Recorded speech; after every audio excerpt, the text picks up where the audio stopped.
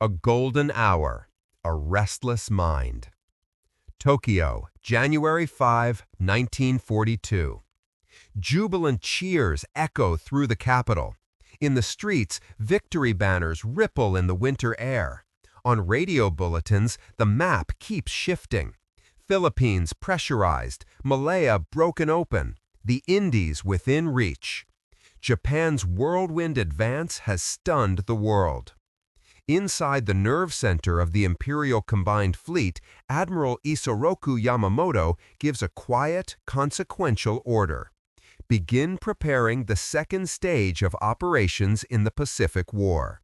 From the flag bridge of the Yamato, he instructs his Chief of Staff, Matome Ugaki, to have plans ready by mid-February. The message is crisp, the timeline ruthless. Momentum must be turned into position. Decisive, durable position before it evaporates. Yet beneath the triumph, Tokyo's high command is splitting along a fault line. One faction, ardent nationalists, demands expansion without end. Strike farther, push harder, while fortune smiles. The other, centered on Yamamoto, sees the future's dark shape. He knows America and Britain well. He has negotiated with the British at the London naval conferences and served in Washington as naval attaché. He understands the industrial sinew and the long memory of democracies once roused. Ugaki's diary captures Yamamoto's refrain. After a month of dazzling victories, statesmanship must be far-sighted. Japan cannot expect to defeat the Western powers in a prolonged war. Those words, repeated often by Yamamoto, are also the reason he keeps his distance from Tokyo. Friends warn that his public skepticism about an unlimited war could make him a target. On the Yamato, he is safer and busier. Months earlier, over a discreet meeting with Ryoichi Sasakawa, a powerful ultranationalist, Yamamoto offered a parable. At first, war will go our way. We'll stretch like an octopus, tentacles flung across the seas. But soon, that octopus will be pressed flat. It sounded far-fetched then. It does not now. Barely a month into the conflict, the empire's arms are extended to their limits. The map glitters, but the strain is real. Yamamoto is not against victory. He is against hubris. He believes that once a dramatic, early triumph is secured, Japan will have no more than 18 months of favorable terrain in which to bargain. If there is to be a settlement, honorable and advantageous, it must be won at the summit of success, not begged for in the valley of exhaustion. He even pinpoints a diplomatic window. When Singapore falls, British confidence in India will wobble, and London may listen to peace feelers. But there is a problem. Pearl Harbor, for all its shock, left the most dangerous American assets, the carriers, alive and at sea. The battleships are broken. The American will is not. Yamamoto senses the United States hardening, not crumbling. The planners in Tokyo argue for vast schemes, from India to Australia, but Yamamoto is unsatisfied. He wants something spectacular and finite, a single blow that creates space for negotiation without dragging Japan into a continental quagmire. The clock is ticking. The first month of glorious victory has ended. Inside those victories, Yamamoto hears the future humming. A second stage must be written, bold, surgical, and aimed not merely at charts and harbors, but at political leverage. The admiral turns back to his maps. Rifts in the High Command and the Midway Gambit. In the marble corridors of the Imperial Navy Ministry, the air is thick with triumph and tension. Japan's victories have come so swiftly that even her own strategists can't keep pace. From Manila to Hong Kong, the rising sun seems unstoppable. But Yamamoto senses that speed can be as deadly as hesitation. At strategy meetings in Tokyo, he listens as army generals thump their fists on the table. They dream of rolling westward into India, the Middle East, even the Soviet Union.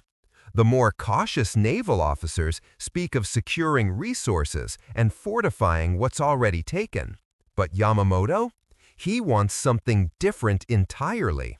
A decisive naval showdown that would shatter America's carrier strength and force Washington to the peace table. He sketches three possible courses of action: a strike into the Indian Ocean, destroying Britain's Far Eastern Fleet and linking with the Germans pushing through the Caucasus. Japan would control the world's oil veins. A massive assault on Australia, cutting America off from a southern base. A surprise attack on Midway Island, the American outpost between Hawaii and Asia, an irresistible bait to draw the U.S. carriers into a single annihilating battle. The Army vetoes his idea of fighting the Soviets, too costly, too land-bound. They also reject his Indian Ocean fantasy as logistically impossible. Tokyo's naval general staff instead rallies behind the Australia plan, already dreaming of occupation governments for Sydney and Wellington. But Yamamoto shakes his head. Australia, he argues, would take too long and would not shock the enemy enough. What Japan needs is an act so audacious that the Americans, dizzy from the blow, will accept negotiation while Japan still holds the upper hand. And so, quietly, he begins shaping a new operation, the MI Plan. Its target, Midway. Its purpose, to destroy the remaining American carriers in one thunderclap of fire and sea. Simultaneously, he drafts the AL Plan, a smaller move to seize the Aleutian Islands off Alaska, a feint to distract U.S. attention from Midway. If both succeeded, the way to Hawaii, and perhaps even the U.S. West Coast, would stand open. Yamamoto envisions Japan at its zenith, able to offer a magnanimous peace from strength, not surrender. In Tokyo, the admirals argue fiercely. To some, Yamamoto's obsession with Midway looks reckless, almost romantic. But his authority as the hero of Pearl Harbor carries the day. Reluctantly, the Navy approves his plan. The ink dries on the orders, and with it, Japan's fate begins to seal. Meanwhile, fate is already moving.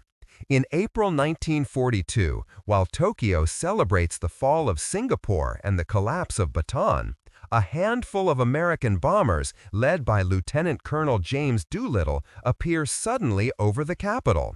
Their bombs are militarily trivial, but psychologically devastating. The Doolittle raid stuns Japan. For the first time, the homeland has been touched. The illusion of invulnerability shatters. And Yamamoto knows what that means. The Americans are not broken. They are awakening. He looks to the sea once more.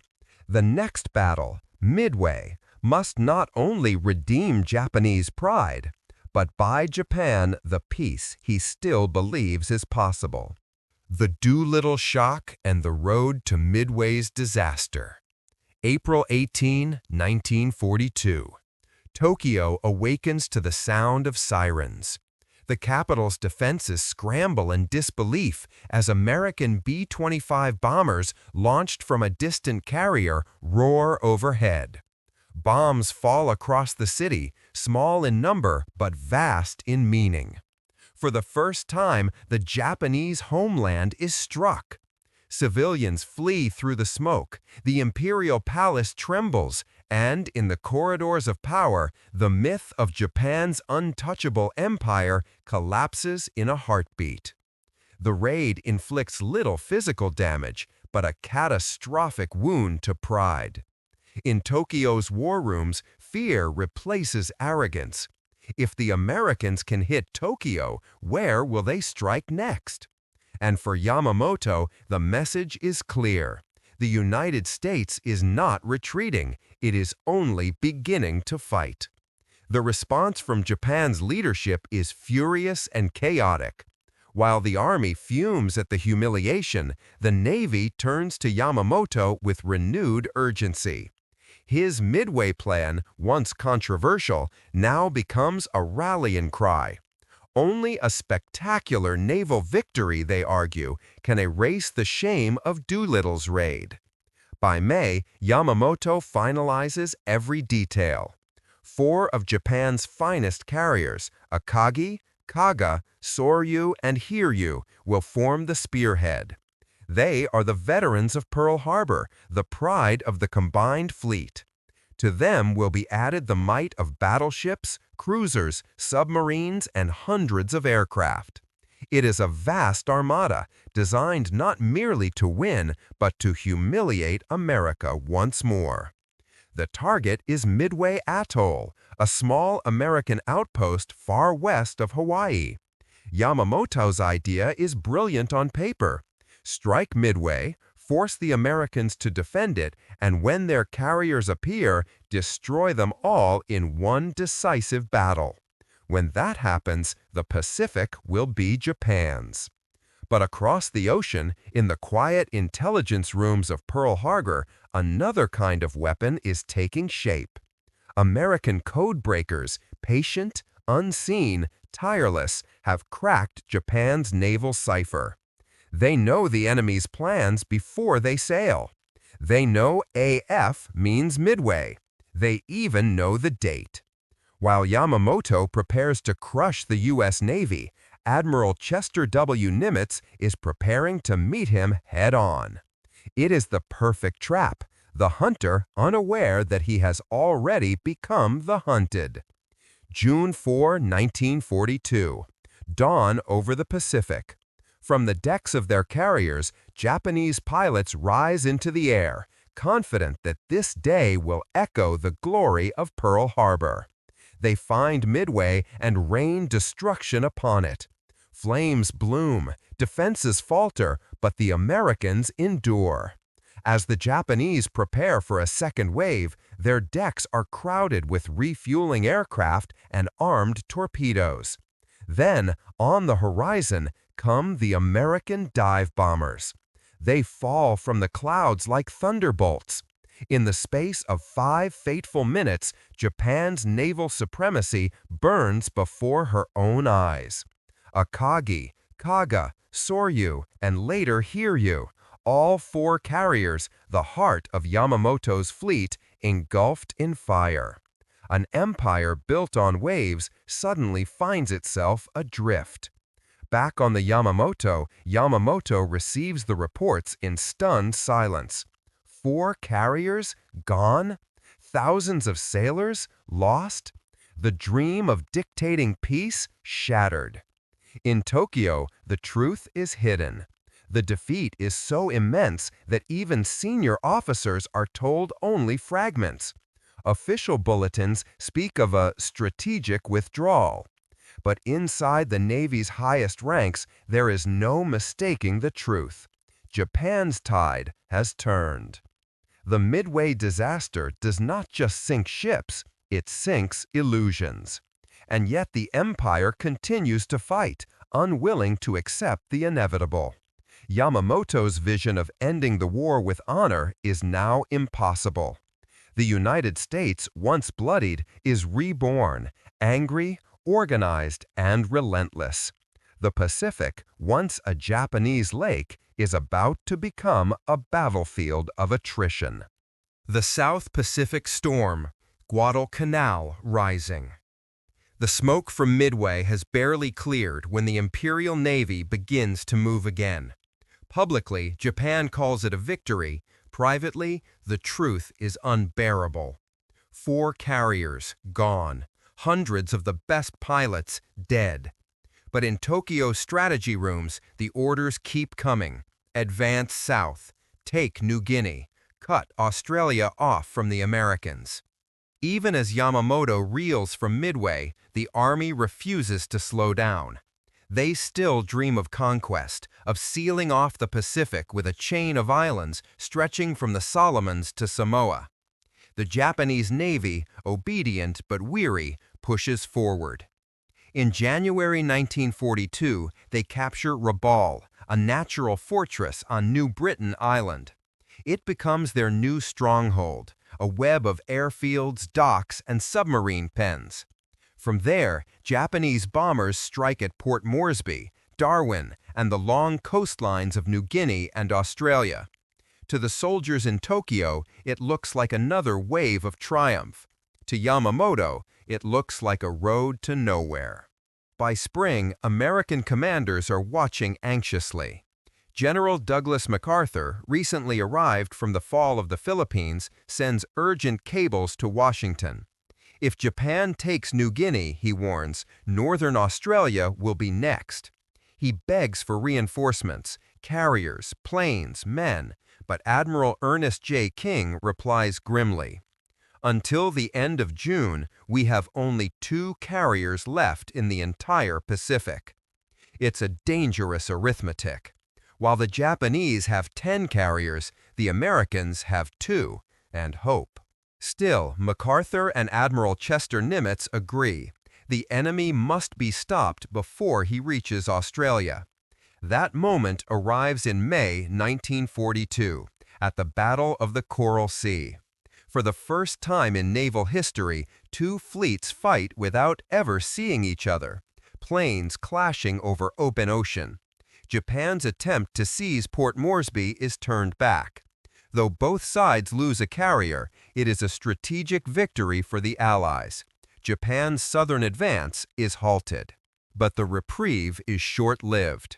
In July, aerial reconnaissance spots something alarming.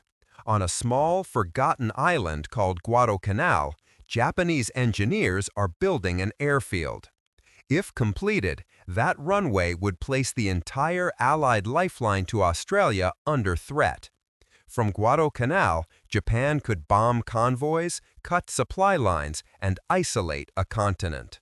The message flashes up the chain, from coast watchers in the Solomons to intelligence officers at Pearl Harbor. Within days, Admiral King orders the unthinkable, an American invasion. The plan is rushed, chaotic, improvised. No one, not the Navy, not the Marines, has ever attempted an amphibious landing of this scale. The men who will fight it have trained for weeks, not months. Their transports are packed in confusion, their maps incomplete, their intelligence wrong. But there is no time to wait. If the Japanese finish that airfield, the war in the South Pacific may be lost before it begins. By late July, 17,000 Marines are at sea. Their destination is known to only a few: Guadalcanal, Tulagi, and the nearby islets in the Solomon chain. Commanding the operation is Vice Admiral Robert L. Gormley, a cautious man. His amphibious task force, led by Rear Admiral Richmond Kelly Turner, will deliver the Marines under the covering fire of Admiral Frank Jack Fletcher's carrier fleet. But doubts grow. At the final briefing aboard the carrier Saratoga, Fletcher warns, "I will stay only 2 days to cover the landings. We cannot risk our carriers." Even before the first shot is fired, tension cuts through the ranks. Some believe the invasion is madness. Others, like Turner, see no choice. "The decision's been made," he says. "Our job now is to carry it out." August 7, 1942. Dawn breaks over the Solomon Sea. The American fleet, 75 ships strong, glides through a curtain of mist. At 6 a.m., carrier aircraft roar into the sky. They strike Japanese bases on Tulagi and Guadalcanal, turning the jungles into fire. The defenders are caught in total surprise.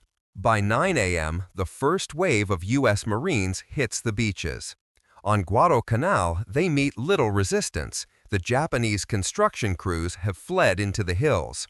But on Tulagi and the smaller islands of Gavuto and Tanambago, the story is different. There, Hardened Japanese troops dig in and fight to the last man. In the dense jungle, Colonel Merritt Red Mike's Raider Battalion advances yard by yard. The enemy fights from caves, trenches, and hidden bunkers. At night, they counterattack with terrifying ferocity, screaming "Banzai" as they charge through the darkness. Many refuse to surrender. Some die by their own grenades rather than give up. For the first time, American troops meet the full force of the Japanese warrior code. No retreat, no mercy. By the second day, Tulagi is secured, but at a terrible cost. Of 250 Japanese, almost all are dead. American casualties are heavy, but the island is theirs. Gavuto and Tanambago fall soon after, both reduced to smoking rubble. Meanwhile, on Guadalcanal, progress seems almost too easy. The Marines push inland and capture the half-finished airfield. They rename it Henderson Field, in honor of a pilot killed at Midway. As they raise the American flag, one Marine mutters, "I wish those Japs would come out and fight. All they do is run." He doesn't know what's coming, because in the waters beyond the island, a Japanese counterattack is already on its way. A fleet of cruisers racing south through a narrow sea lane that Allied sailors will soon call the Slot. And before dawn, the night sky above Guadalcanal will explode in flame. The Bloody Dawn, the Battle of Savo Island. Night, August 8, 1942. The sea is calm. The moon lies hidden behind drifting clouds. Across Iron Bottom Sound, the narrow waters between Guadalcanal, Tulagi, and Savo Island, the dark silhouettes of Allied ships drift quietly on the waves. On shore, 11,000 U.S. Marines sleep beside the new airfield they've just seized. Their victory seems complete. The Japanese defenders have fled, and the beach is stacked with crates of food, ammunition, and gasoline. Everything feels too easy. Out at sea, Admiral Richmond Kelly Turner, the amphibious commander, reviews his situation with growing unease. His Marines are still unloading supplies. The beaches are chaos. And worst of all, Admiral Frank Jack Fletcher's carrier force, their only air cover, is withdrawing. Fletcher has sent a final message. "We are low on fuel. The carriers must retire." Turner stares at the telegram in disbelief. The fleet is exposed. The Marines are exposed. And unknown to anyone in the Allied command, a Japanese strike force, 5 heavy cruisers, 2 light cruisers, and a destroyer, is already steaming south through the Slot, commanded by the experienced Vice Admiral Gunichi Mikawa. The Japanese intend to strike before dawn, swift, silent, and lethal. The approach. Earlier that day, U.S. patrol planes had spotted the enemy ships leaving Rabaul, but their reports were dismissed. Admiral Gormley in Noumea assumed the sighting was just another routine convoy. No one imagined the Japanese would dare to attack so soon after the landings. That night, Mikawa's fleet glides through the darkness, blacked out, silent, their guns loaded. At 1:30 a.m., the Japanese lookouts sight the faint glimmer of Allied ships guarding the seaway north of Guadalcanal. The targets, the Australian cruiser HMAS Canberra, and the U.S. cruisers Astoria, Quincy, and Vincennes. In a matter of minutes, the calm night turns into hell. The attack. 1:43 a.m. Japanese searchlights snap on. Torpedoes streak through the black water, followed by volleys of 8-inch shells.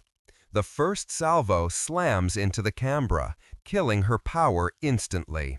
She burns from bow to stern, her decks littered with dead and wounded. In less than 3 minutes, she's crippled beyond saving. The Americans react too late. Confusion reigns. No one expected a night attack. Gun crews scramble, radar is useless, and visibility is near zero. Then, one after another, the Japanese guns find their mark. The Astoria takes a full spread of shells to her superstructure. Fire erupts across her decks. The Quincy, hit amidships, staggers under exploding ammunition. The Vincennes, last in line, desperately returns fire, but she too is struck repeatedly. Within 40 minutes, 3 American cruisers are blazing wrecks. One by one, they slip beneath the waves. Over 1,000 Allied sailors perish. Most never even see their enemy. It is a slaughter, the worst defeat in U.S. naval history up to that point. When dawn comes, the waters around Savo Island are slick with oil and burning debris. The Marines ashore can see the columns of smoke on the horizon, but they have no idea what has happened. The withdrawal. Astonishingly, Admiral Mikawa orders a retreat. He has the chance to steam into the transport anchorage and annihilate the American landing force. But fearing daylight air attacks, he turns north before sunrise. The Japanese have won a crushing victory, but they leave the transports untouched. On Guadalcanal's beaches, the Marines continue to unload supplies, unaware that the fleet which guarded them has been shattered and withdrawn. By August 9th, when Admiral Turner learns the full scale of the disaster, his heart sinks. The carriers are gone. The cruisers are gone. The Marines, 11,000 men, are alone on an island now surrounded by enemy waters. As night falls, a lone Marine looks out across the dark jungle and whispers, "I guess we're on our own now." He's right. From this night forward, Guadalcanal becomes a siege. 6 months of terror, starvation, and slaughter. The tide of the Pacific War has begun to turn, but at a price no one yet imagines. Hell in the Jungle. The Siege of Guadalcanal. August 1942. Guadalcanal. For the 11,000 Marines left on the island, dawn brings silence and realization. The fleet is gone. The sky is empty. And somewhere beyond the horizon, the Japanese Navy is regrouping. They begin digging in around the airstrip they've captured, Henderson Field, but it's little more than a patch of scorched dirt. The tropical heat wilts men and metal alike. Mosquitoes swarm in clouds. Rations are scarce. Water is muddy and disease spreads faster than bullets. They call themselves the Cactus Air Force, named for the island's code word. Pilots fly from Henderson's cratered runway, landing through mud and smoke, often under enemy bombardment. Each plane that lands is patched together from spare parts scavenged from wrecks. Each flight could be their last. The Japanese strike back. For Japan, the humiliation of losing Guadalcanal is unbearable. From Rabaul, Admiral Yamamoto orders, "Retake the island at any cost." Night after night, Japanese destroyers roar down the slot, narrow seas glowing with phosphorescent waves. The Americans call them the Tokyo Express. They bring troops, ammunition, and food, but also death. Every few nights, Japanese cruisers shell Henderson Field. Flaming shells whistle through the dark, detonating among fuel drums and sleeping tents. By day, bombers from Rabaul return, black crosses against the blazing sun. Each raid pounds the airfield. Each night, bulldozers scrape new craters smooth for the next morning's takeoff. Still, The Marines endure. The Battle of the Tanaru. August 21, 1942. Before dawn, on the banks of the Tanaru River, the Japanese launched their first counterattack. Hundreds of soldiers from the Ichiki detachment charge across the sand, screaming "Banzai" into the American lines. Machine guns open up. The night explodes in flame and noise. The Japanese come in waves, relentless, fearless, suicidal. Bodies pile up on the beach as the Marines mow them down. When the sun rises, the sand is red. Of 900 attackers, only a handful survive. For the Marines, it's a horrifying victory and a revelation. They now understand the Japanese will not surrender. Every battle on this island will be a fight to the death. Starvation and struggle. As August fades into September, hunger begins to gnaw harder than fear. Japanese submarines sink the few Allied supply ships that manage to slip through. Canned rations rot in the humidity. The Marines grow thin, their uniforms ragged, their boots dissolving in the mud. Some joke darkly that we're the orphans of the Pacific. At night, the jungle comes alive. Japanese snipers crawl to the edges of the perimeter. Voices whisper in the dark. Sometimes Japanese, sometimes ghosts. Every rustle could be an enemy. Every shadow could be death. Inside his field tent, General Alexander Vandegrift writes in his diary, "We are tired, sick, and hungry, but the men still fight. God help us if the Navy doesn't return." The airfield that wouldn't die. Despite the shelling, despite the bombing, Henderson Field stays open. Every day, the Cactus Air Force rises to meet the enemy. A handful of fighters and dive bombers against swarms of Japanese planes. They fight not for glory, but survival. One Marine pilot writes home, "If we lose this airfield, we lose the island.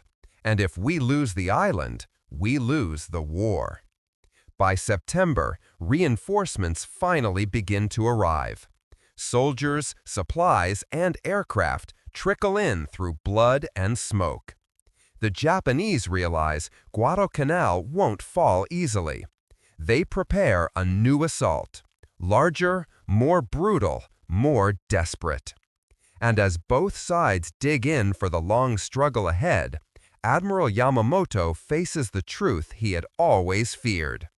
Japan's war has become one of attrition, a war it cannot sustain. The dream of a swift, glorious empire is drowning in the black waters of the Solomon Sea. The turning tide, victory, and the cost of Guadalcanal. October 1942. Guadalcanal is no longer just an island, it's a symbol. A patch of earth soaked in blood, disease, and sacrifice, where the fate of the Pacific balances on a knife's edge. The Japanese still call it Operation K, the plan to retake the island. Every night, more destroyers, the Tokyo Express, slash through the slot, unloading troops who vanish into the jungle. Every day, American bombers rise from Henderson Field, attacking those same ships on their way home. The ocean burns nightly. The sky never rests. The Marines call it the meat grinder. The battle for Henderson Field. Late October. Over 20,000 Japanese troops gather on the edge of the jungle, preparing for a massive assault. Rain pours for days, turning foxholes into swamps. When night falls on October 24th, they charge. Thousands of men scream through the darkness, bayonets flashing in the lightning. Machine guns roar, mortars thud, the ground shakes under the fury. At the center, the Marines hold firm, exhausted, half-starved, firing until their barrels glow red. At dawn, the jungle falls silent again. When the smoke clears, the battlefield is a graveyard. More than 2,000 Japanese lie dead outside the perimeter. The Marines, mud-soaked, shaking, have held Henderson Field. It is the turning point. From that night on, Japan will never again mount a successful major offensive in the Pacific. The Sea Battle of Guadalcanal. But the empire will not retreat quietly. In November, the Japanese Navy strikes with everything it has left. The result, the naval battle of Guadalcanal. 4 nights of chaos and courage that define the war at sea. Cruisers collide in darkness. Torpedoes streak through fire. Ships vanish into explosions that light the rain like lightning. Admiral Daniel Callahan and Rear Admiral Norman Scott both die on their bridges, refusing to abandon their ships. The Americans lose men, ships, and sleep, but they win something greater: control of the sea. When the smoke clears, the Japanese fleet withdraws. The Empire of Japan, once master of the Pacific, is in retreat. The final withdrawal. February 1943. Under cover of darkness, Japanese destroyers return to Guadalcanal one last time, not to attack, but to evacuate. Thousands of exhausted, starving soldiers are pulled from the beaches they once swore to hold. After 6 months of horror, the island is finally, officially, in Allied hands. The cost? Nearly 25,000 Japanese dead, 7,000 Americans, and countless others lost to jungle, disease, and the endless sea. For every mile gained, gallons of blood were spilled. The aftermath. In Tokyo, silence replaces celebration. The dream of the co-prosperity sphere of a Japanese empire stretching across Asia is broken. Factories can no longer replace lost ships or pilots. The war has turned, and there is no way back. On the other side of the world, in Washington, Admiral Chester Nimitz reads the final report and murmurs, "Before Guadalcanal, the enemy advanced at his pleasure. After Guadalcanal, he retreats at ours." And somewhere out on the vast Pacific, Admiral Isoroku Yamamoto, architect of the empire's ambitions, sits in the shadows of his flagship Yamato. He knows the truth he had feared since Pearl Harbor. The war he warned against has become unwinnable. A year later, his plane will fall from the sky over Bougainville, shot down by American fighters who had decoded his flight plan. His death will mark not only the end of Japan's greatest naval mind, but the fading heartbeat of an empire that once believed it could rule the seas. Epilogue. Guadalcanal changed everything. It was the first real victory for the Allies in the Pacific, the battle that proved Japan could be beaten.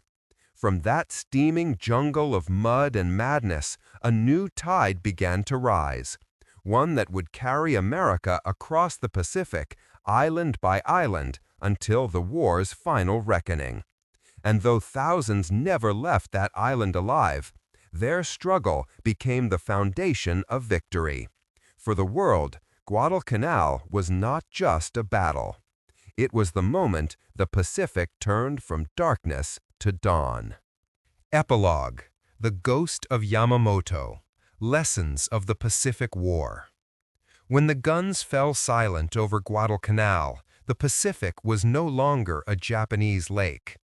The empire that had stretched like a rising sun across Asia now began to fade, one island at a time. But in the heart of Japan's greatest admiral, Isoroku Yamamoto, the war was already lost, long before the world admitted it. He had seen it coming. Years earlier, in the smoke-filled rooms of the Naval Ministry, Yamamoto had warned his peers, If we are forced into war with the United States, I can run wild for 6 months. After that, I have no expectation of success." He was right, almost to the day. 6 months after Pearl Harbor came Midway, and with it, Japan's fatal turning point. 6 months after Midway came Guadalcanal, the first domino of defeat. For Yamamoto, every victory had been a tragedy in disguise. He knew that the empire he served, an empire of pride, of hunger, of myth, was steering toward disaster. And yet, bound by duty, he fought on. The final flight. April 18, 1943. A year to the day after Doolittle's daring raid on Tokyo, Yamamoto boards his bomber for an inspection tour of the Solomon Islands. He believes in discipline, in visibility. The commander must share the risks of his men. But American codebreakers, the same minds who had outsmarted him at Midway, intercept his itinerary. They know where he will be. They know when. As his plane descends over the jungles of Bougainville, American P-38 Lightnings streak from the clouds. In seconds, Yamamoto's aircraft is torn apart by gunfire. It crashes through the trees and bursts into flame. When Japanese troops recover his body, he is still seated, hand on his sword, a warrior who had served his emperor to the end. The news is kept secret for weeks. Even in death, Yamamoto remains a symbol of brilliance, of loyalty, and of the cost of obedience. The war continues. But the war he tried to win and feared to fight rages on. From Tarawa to Iwo Jima, from Leyte Gulf to Okinawa, the Pacific becomes a graveyard of ships and men. Each battle edges Japan closer to ruin. Cities burn, skies darken, and the empire collapses inward under the weight of its own ambition. In August 1945, when the mushroom clouds rise over Hiroshima and Nagasaki, Yamamoto's prophecy is complete. Japan's 6 months of running wild have turned into 4 years of fire and despair. The legacy. History remembers Yamamoto as both a genius and a warning, a man of vision and of contradiction. He loved his country, but despised its recklessness. He served the emperor, but feared the politicians. He was the architect of victory and the prophet of defeat. And perhaps, in some quiet place on that endless sea, his ghost still sails the waves, searching for a peace that never came in life. The lesson. Guadalcanal taught the world a truth that still echoes through time, that courage without wisdom leads to ruin, that pride without purpose devours nations, and that even the mightiest empire can drown in its own triumphs. For those who fought there, on both sides, the island was more than a battlefield. It was a crucible, a place where humanity was stripped bare, where survival itself became victory. And for us, looking back across the years, the lesson of Yamamoto's war is clear. Strength means nothing without foresight, and ambition without mercy always destroys itself. Closing image. The camera drifts over the Pacific, calm, endless, indifferent. Below the waves lie the rusted hulks of ships, the silent bones of sailors, the ghosts of men who once believed they could shape history. The sun rises over Guadalcanal, golden, forgiving. And in that light, one voice seems to whisper across the water. We ran wild for 6 months, and then we lost everything. Fade to black. Title card, Guadalcanal, where the rising sun began to set.